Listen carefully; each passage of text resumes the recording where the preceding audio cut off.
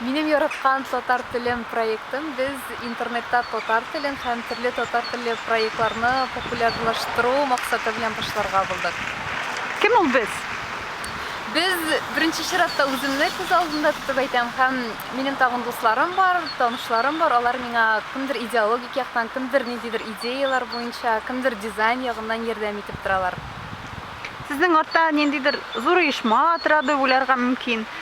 Ниндидер фондлар, финанслар, зур акчалар торырга мөмкин дип уйларга мөмкин. Юк, бу алай түгел. Гомумән, яшьләр хәзер бөтенесе интернетка кереп чумганнар һәм аларны шунда ничектер татар теленә кызыксыну уяту. Кешеләр ияреп киттеме сезнең башлангычка?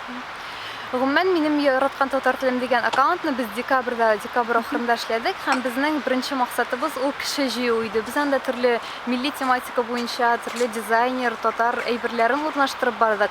Һәм 21 февраль көнне халыкара туган тел көненә багышлап без беренче булып тизәйткеч дигән флешмобны башлап җибәрдек. Әлбәттә, без аны менә дуслар катнашыгыз дип җиңел генә башлап җибәрмәдек. Без башта ниндидер үзебезнең таныш белешләрне фотога төшердек, видеога төшердек.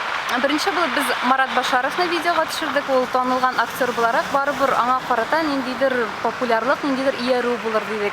Аннан соң Хәмдүнә Тимергалиева җырчы, Мәгариф министры Энгель Наваповичны төшердек һәм без менә шундый танылган кешеләр аша кешеләргә дә кызыксыну, кешеләрдә дә кызыксыну күбрәк булыр һәм күбрәк кеше моңа иярер дип ышанабыз.